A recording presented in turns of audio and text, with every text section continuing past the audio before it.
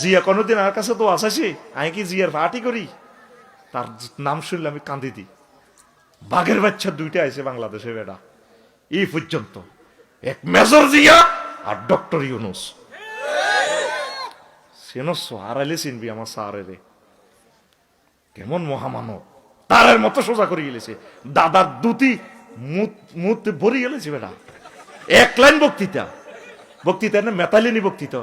আমাদের আছে সাগর জাপানে, তারপরে ওদের আছে লকল্যান্ড, 7 স্টার, এই পাহাড় থেকে সাগরে আসবে, ব্যবসা বাণিজ্যের দরজা খুলে যাবে জাগা মতে। যে পুরুষের আন্ডাটা টিপ দিলে আর বাঁচে না, একদম ইন্ডিয়ার আন্ডাটা চাবি দিচ্ছে।